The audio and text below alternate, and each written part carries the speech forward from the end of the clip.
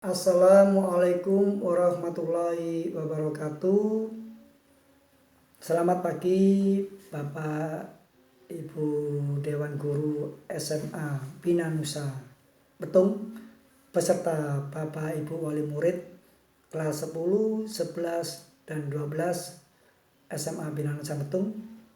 Perkenalkan, saya Amardianto, Sarjana Teknik, selaku Kepala SMA Bina Nusa Betung ini.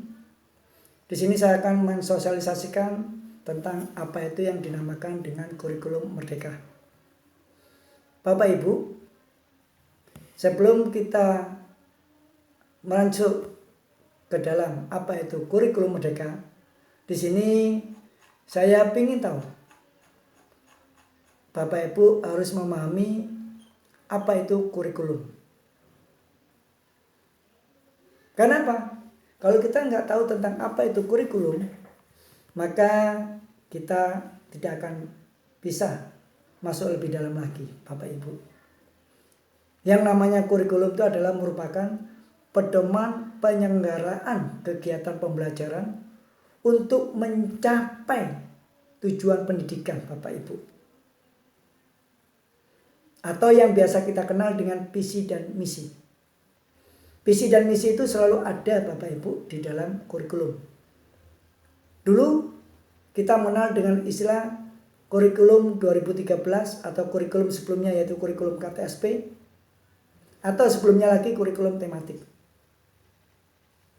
Kalau di dalam kurikulum 2013 kita mengenal dengan istilah kurikulum tingkat satuan pendidikan, atau yang bisa kita kenal dengan dokumen 1, dokumen 2, dan dokumen 3, Bapak Ibu.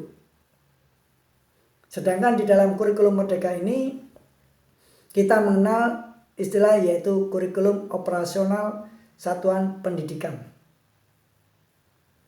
Di mana dalam penyusunan kurikulum operasional satuan pendidikan ini harus disesuaikan dengan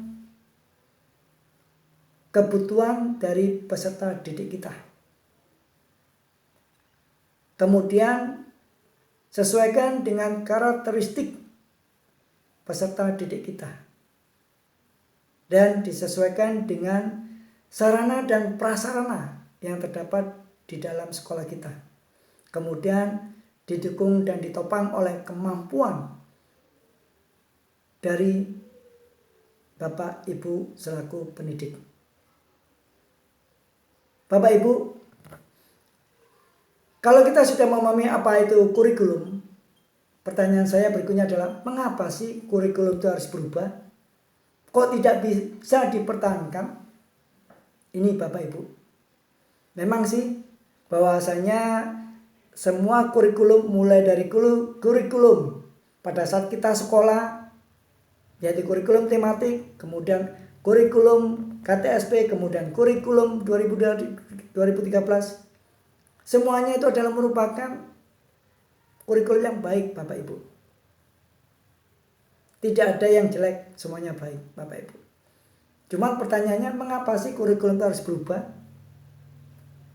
Kurikulum harus berubah karena harus bisa kurikulum itu menyesuaikan dengan kebutuhan murid dan tuntutan perkembangan zaman. Nah, di sini Bapak Ibu, kurikulum merdeka dibuat itu berdasarkan ini. Kurikulum itu harus bisa menyesuaikan dengan kebutuhan murid kita dan tuntutan perkembangan zaman yang ada pada saat ini. Bapak Ibu, kalau kita sudah tahu bahwasanya kurikulum itu harus berubah, kita harus bagaimana Bapak Ibu? Ini yang perlu Bapak Ibu ketahui. Kurikulum yang baik adalah kurikulum yang pertama bisa mengikuti perkembangan zaman. Karena zaman kita dengan zaman generasi sekarang itu sudah beda Bapak Ibu. Mungkin waktu kita sekolah dulu adalah kita tidak ada yang namanya internet. Ya, tidak ada HP Android Bapak Ibu. Tapi sekarang sudah banyak sekali. Kemudian yang kedua adalah berkembang dan adaptif Bapak Ibu. Jadi kurikulum itu harus bisa berkembang dan adaptif. Harus bisa menyesuaikan dengan perkembangan anak. berdasarkan kemampuan, kebutuhan, dan karakteristik anak itu sendiri. Yang ketiga, Bapak Ibu, kurikulum yang baik adalah yang memiliki konteks dan karakteristik murid. Konteksnya apa yang ingin dicapai? Karakteristik siswa kita itu bagaimana? Karakteristik siswa kita dengan siswa di perkotaan itu sangat jauh, Bapak Ibu. Kenapa? Latar belakang mereka berbeda. Kemudian lingkungan mereka juga berbeda, Bapak Ibu. Ini yang tidak bisa disamakan. Kemudian yang keempat, Bapak Ibu, kurikulum itu harus memiliki kekinian dan masa depan. Jadi harus disesuaikan, Bapak Ibu. Kurikulum sekolah itu disesuaikan. Dengan apa? Dengan yaitu tadi lingkungan sekolahnya, kebutuhan peserta didiknya, kemudian karakteristik peserta didiknya dan juga disesuaikan dengan kemampuan dari Bapak Ibu selaku pendidik. Oleh karena itu, kalau kita ingat dulu, yaitu tadi belum ada komputer, belum ada internet dan sebagainya. Tapi kalau sekarang beda, Bapak Ibu. Oleh karena itu, kita harus tahu dulu apa sih yang diinginkan oleh peserta didik kita. Cita-citanya ingin jadi apa? Ingin bekerja sebagai apa? Ini yang harus kita terima dulu, aspirasi dari peserta didik kita. Karena apa? Saya masih ingat, yaitu kata-kata dari Ki Hajar Dewantoro, menuntun segala kekuatan kodrat yang ada pada anak-anak agar mereka dapat mencapai keselamatan dan kebahagiaan yang setinggi-tingginya, baik sebagai manusia maupun sebagai anggota masyarakat. Nah, inilah Bapak Ibu, bagaimana kita bisa mewujudkan ini, bagaimana kita bisa merealisasikan ini kepada peserta didik kita. Oleh karena itu, mari kita sama-sama untuk memahami apa itu yang dinamakan kurikulum merdeka, dan di dalamnya terdapat apa itu yang namanya merdeka belajar, Bapak Ibu, sehingga kita tahu bagaimana kedepannya nanti dalam melaksanakan proses kegiatan pembelajaran, kegiatan mengajar di dalam kelas. Ada 3 pertanyaan, Bapak Ibu, untuk mengenali dan memahami diri kita sebagai pendidik. Yang pertama, apa yang harus kita lakukan untuk mengenali diri kita dan peran kita sebagai pendidik.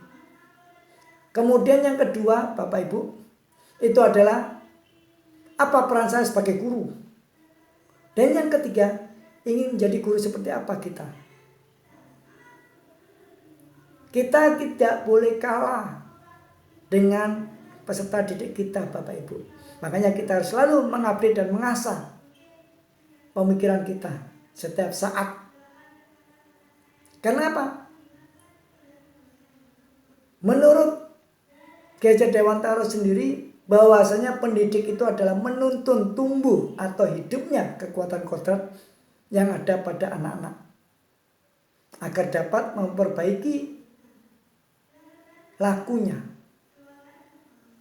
bukan dasarnya, hidup dan tumbuhnya kekuatan kodrat anak. Oleh karena itu, ayo Bapak Ibu, kalau kita bisa mengantarkan peserta didik kita ke sana, maka kita harus memahami lebih dalam lagi arah perubahan kurikulum nasional kita, yaitu kurikulum merdeka, Bapak Ibu. Yang pertama adalah tentang struktur kurikulum yang perlu Bapak Ibu pahami. Bahwasanya struktur kurikulum dalam kurikulum merdeka ini adalah lebih fleksibel.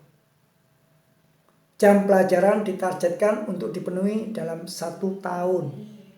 Bukan per tatap muka, bukan per minggu, bukan per bulan, tapi 1 tahun, Bapak Ibu. Semuanya sudah ada.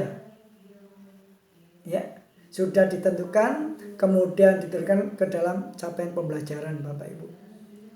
Setelah kita tahu, kita memahami capaian pembelajaran yang diinginkan, maka kita akan masuk dalam yang namanya materi esensial. Di sini kita fokus pada materi esensial, Bapak Ibu. Karena apa? Capaian pembelajaran diatur per fase, bukan per tahun, Bapak Ibu. Untuk jenjang SMA kelas 10 ini adalah merupakan fase E. Sedangkan kelas 11 dan kelas 12 adalah fase F, Bapak Ibu. Makanya di sini bukan per tahun tapi per fase. Dengan adanya materi esensial ini, kemudian kita bisa menindaklanjuti dalam pembuatan atau menyediakan perangkat ajar, Bapak Ibu. Nah, disinilah kita diberi keleluasaan dalam menyusun atau membuat perangkat ajar, Bapak Ibu. Kita menggunakan perangkat ajar yang bagaimana?